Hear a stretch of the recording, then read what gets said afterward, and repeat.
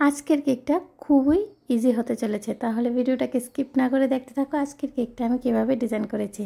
Hello friends, আশা করি তোমরা সবাই খুব ভালো আছো। আমি অনেক অনেক ভালো আছি। তোমাদের সবাইকে জানাই গুড মর্নিং। নতুন আরও একটা দিনে নতুন আরও একটা কেকের ভিডিও নিয়ে চলে এলাম প্রত্যেক দিনের মতো তোমাদের সাথে শেয়ার করার জন্য। আমি পিঙ্কি কেক এন্ড কিচেন থেকে। আশা করি তোমাদের কাছে ভিডিওটা খুবই ভালো লাগবে, তো স্কিপ না করে দেখতে থাকো। আমি একদম শুরু থেকেই শুরু করেছি। আমি কিভাবে কেকের মধ্যে স্পঞ্জগুলোকে সেট করেছি আর কীভাবে সুগার সিরাপ দিয়ে সোক করেছি প্রত্যেকটা পার্টি তোমাদের সাথে শেয়ার করছি। তো দেখতে থাকো, ভালো লাগলে অবশ্যই জানিয়ে দেবে আজকের কেকের ভিডিওটা ডিজাইনটা তোমাদের কাছে কেমন লাগলো। আর যদি আমার কেকের ভিডিওগুলো দেখে তোমরা একটু হলেও উপকৃত হও, অবশ্যই সাবস্ক্রাইব করে দেবে আর পাশে থাকা বেল আইকনে ক্লিক করে দেবে। তাহলে যখনই আমি কেকের ভিডিওগুলো আপলোড করব সর্বপ্রথম কিন্তু তোমাদের কাছে এসে পৌঁছাবে। তো আমি প্রত্যেকটা লেয়ারকে সুন্দর করে সুগার সিরাপ দিয়ে সোক করে নিচ্ছি আর ক্রিম দিয়ে দিচ্ছি। তারপর আবারও একটা কেকের স্পঞ্জ দিয়ে সেট করে নিচ্ছি। তারপরে কিন্তু আমি ক্রাম কোটিং করে নেব। ক্রাম কোটিং করাটা খুবই দরকার, তা না হলে কিন্তু ফিনিশিংয়ের সময় কেকের ক্রামসগুলো ক্রিমের সাথে চলে আসবে আর দেখতে একদমই ভালো লাগবে না।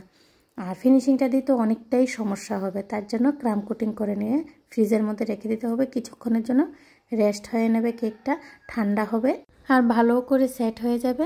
তারপর যদি তুমি ফিনিশিংটা দাও তাহলে অনেকটাই ভালো হবে। ফিনিশিংটা দিতেও সুবিধা হবে ফিনিশিংটা, আর দেখতেও অনেকটাই ভালো হবে। কারণ কেকটা যখন আমরা সুগার সিরাপ দিয়ে সোক করি আর ক্রিম দিয়ে সেট করি তখন এতটাই নরম থাকে যে ফিনিশিংটা দিলে কিন্তু ফিনিশিংটা এত বেশি একটা সুন্দর আসে না। আর যদি একটু ফ্রিজে রেস্টিংয়ের জন্য রেখে দেওয়া হয় তারপর ফিনিশিংটা দেওয়া হয় তাহলে কিন্তু ফিনিশিংটা খুবই ভালো আসে। তা আমি রেস্টিংয়ের জন্য রেখে দিয়েছিলাম। এখন কেকটাকে আমি বের করে নিয়ে চলে এলাম আবারও। তো আমি এখানে ক্রিমটা কিন্তু হালকা একটু অরেঞ্জ কালার আর একটু ইয়েলো কালার অ্যাড করে এই কালারটা বানিয়েছি। তো একটু কালারফুল ক্রিম দিয়ে ফিনিশিংটা দিয়ে দিচ্ছি, কারণ কেকের ডিজাইনটা একটু সিম্পল, তার জন্য কেকের ক্রিমটা কিন্তু কালারফুল বানিয়ে নিচ্ছি। আর এই কেকটা আমি বার্থডে ওকেশনের জন্য বানিয়েছিলাম। ডিজাইনটা কিন্তু আমাকে দেওয়াই ছিল।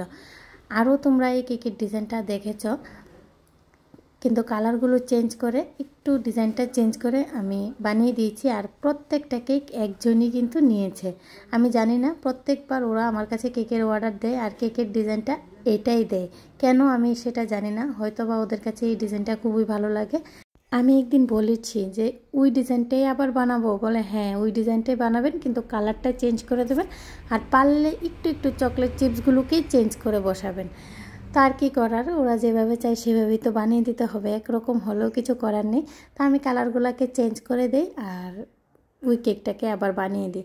আর এই কেকটা এতটাই আমার ইমার্জেন্সি অর্ডার ছিল যে কি বলবো, একদমই হাতে সময় ছিল না বানিয়ে দেওয়ার। একদম কম সময়ের মধ্যে কিন্তু আমি এই কেকটা বানিয়ে দিয়েছি ওদেরকে।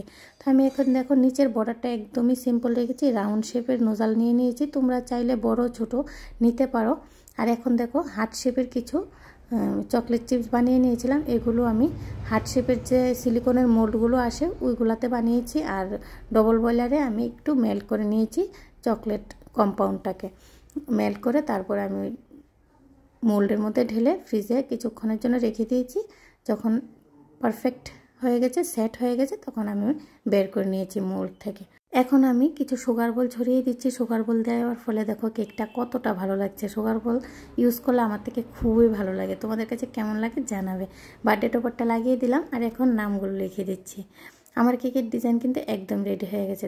আজকের মতো এই পর্যন্ত ফ্রেন্ডস। আশা করি তোমরা সবাই খুব ভালো আছো, খুব সুস্থ আছো, খুব আনন্দে থেকো। তোমাদের সবাইকে জানাই রাধে রাধে।